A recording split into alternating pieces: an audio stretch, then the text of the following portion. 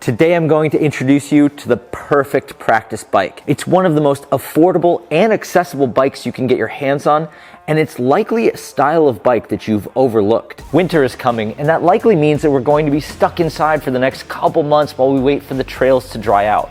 But what that doesn't mean is that we have to stop practicing our bike skills. Today we're going to build up a winter practice bike, and I'm going to show you exactly why this style of bike is completely underrated. The bike in this box is a Marin Alcatraz. It's a single-speed bike, so let's pull it out and get a closer look at it. You're not going to miss this one.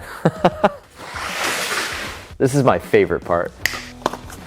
Now, a lot of people would take one look at this bike and instantly dismiss it because this bike is known as a dirt jumper. And jumping isn't for everyone, but none of that matters because that's not what we're going to use this bike for anyway. The reason why this bike is the perfect practice bike is that it's a stripped down version of the mountain bikes that we typically ride. Let's take a closer look and I'll show you exactly what I mean. Check out the drivetrain in this bike. This is what's called a single speed setup because there's only one gear that we have to worry about, which is nice and clean and simple and perfectly set up for this bike. Related to that, we don't have a derailleur either, which is great. We don't have to worry about setting up, shifting gears, or hitting the derailleur on anything as we're practicing. The last thing that's cool about this setup here, a derailleur usually keeps your chain tight, but on this bike they have something special called a chain tensioner, which is actually built into the frame here, and that's what keeps this chain nice and tight at all times. Right next to the drivetrain is the rear triangle of the bike, and what makes the rear triangle on a dirt jump bike special is how compact it is. So two of the main skills that people want to learn on a bike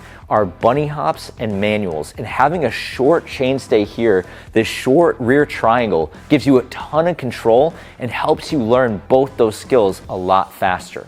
Next is the handlebar, and the best thing about the handlebars on this bike is that there's only brakes. There's no dropper posts in the way, there's no shifting to think about. We can just focus on what we're doing with our brakes. But you'll notice there's one thing that is missing, and if you've ever seen me build a bike on this channel before, I think you might know what it is.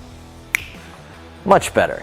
Every single bike I ride has a set of deity bars on it, and this bike is no exception. While we're at it, I've had these T-Mac pedals sitting around for a minute, waiting for the right bike to be put on, and I think this is the perfect time to bust them out. Let's continue on to the next reason why these bikes are absolutely perfect as practice bikes, and that's your low standover height. So a traditional mountain bike is somewhere up here, and especially with your seat slammed all the way down, this bike is completely out of your way, so all you have to worry about is the technique, focusing on things like unweighting, and this bike is not going to get in your way at all. A few other things to point out, this bike has pretty minimal suspension, so you're not bouncing all over the place while you're trying to practice. It's also pretty dialed with front and rear disc brakes, and really the only thing left to do is to customize this bike by adding a few stickers. Over the next few weeks, I'm going to be sharing a lot of skills that you can practice in your garage, in your basement, or anywhere else that you're trying to hide from the weather.